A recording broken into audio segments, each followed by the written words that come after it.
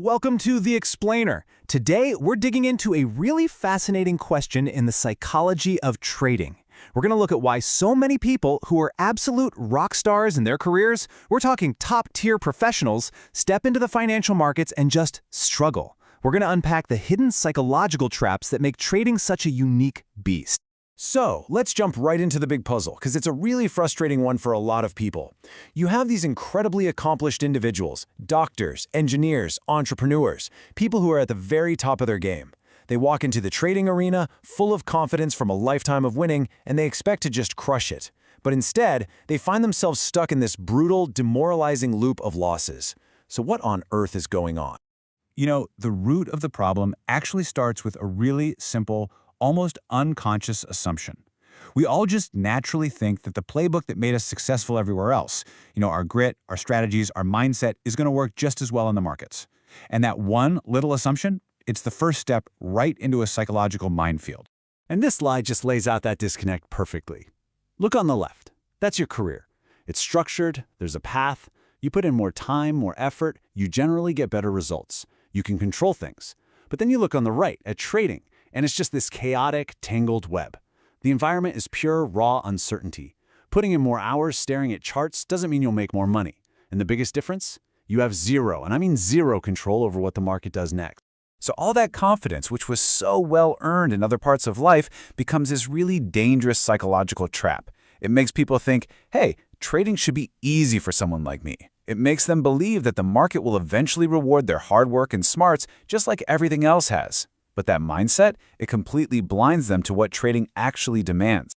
All right, so let's break this down. How do the markets pull off this incredible magic trick? How do they create this powerful illusion of being easy? We're going to look at exactly how trading warps our normal sense of work and reward, setting people up with some wildly unrealistic expectations. Okay, so in pretty much every other aspect of our lives, rewards are built on a really logical foundation, right? We invest our limited time, our finite personal energy, and the expertise we've worked so hard to build. The reward we get, or at least expect, is tied directly to that investment. It just makes sense. But trading comes along and just shatters that entire equation. I mean, you can make or lose an absolute fortune in the blink of an eye, all with a single click. There's almost no physical effort, and time feels totally compressed. This crazy potential for a massive reward with so little apparent work creates this powerful, seductive, and, well, a deeply misleading illusion that this is all just easy. And right there, that's the critical danger. Believing that trading is easy because the rewards can be so fast and so huge is what blinds a newcomer to the real requirements of the job. They don't see the immense psychological discipline, the emotional control, the specialized skills that are absolutely essential.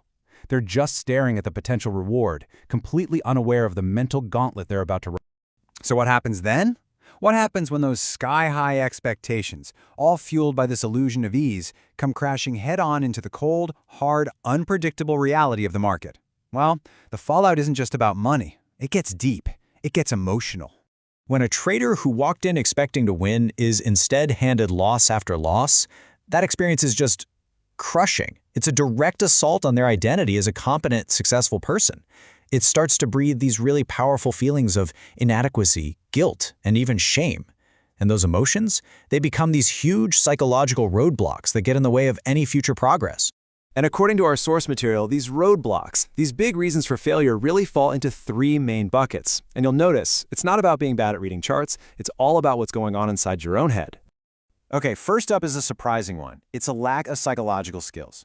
New traders, they come prepared to analyze price action, but they are totally unprepared to handle the raw fear that comes from those first painful losses. And without the right mental tools to deal with that emotional damage, fear just takes the wheel and starts driving every single decision. Objectivity goes right out the window. The second one is limiting beliefs. Now, these are the deep, subconscious ideas that are actively working against you. Things like, I don't really deserve to make money this easily. Or maybe, I'm just not the kind of person who gets lucky with risk. And here's the thing. It doesn't matter how genius your market analysis is. If these hidden beliefs are running the show in the background, you are basically set up to fail from the start.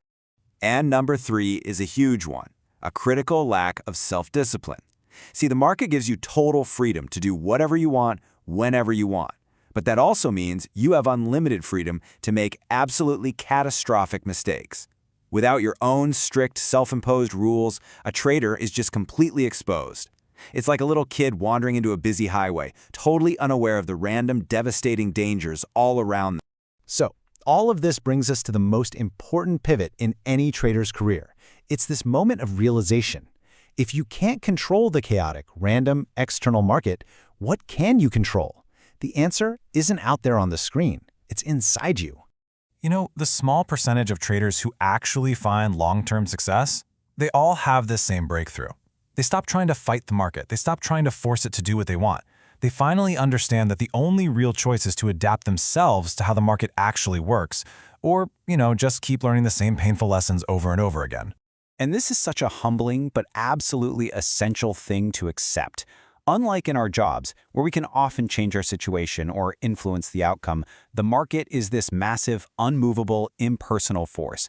You can't reason with it, you can't negotiate with it, and you sure as heck can't bend it to your will. This slide just nails the shift in mindset. The losing trader is in a rowboat, desperately trying to row against a giant wave. They're fighting reality. But the winning trader? They're on a surfboard. They've accepted the wave is there, and they're focused 100% on managing their balance, their response, their internal state. The battleground literally moves from the market chart to the space between your ears. So this is the really crucial takeaway.